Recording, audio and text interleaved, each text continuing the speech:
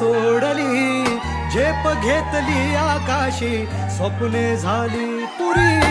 लढलो अन जितलो भी काटच्या वाटवरी, दुश्मन भी आज मला वाकून सलाम करी. या मातीहीन दिल बळ. तुझे 100K सबस्क्रायबर्स कंप्लीट झाले युट्यूबला, त्याबद्दल तुला काय वाटतंय?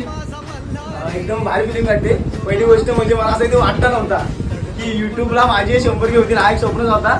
म्हणजे हेच नव्हती, माझी अपेक्षाच नव्हती की 100K होतील.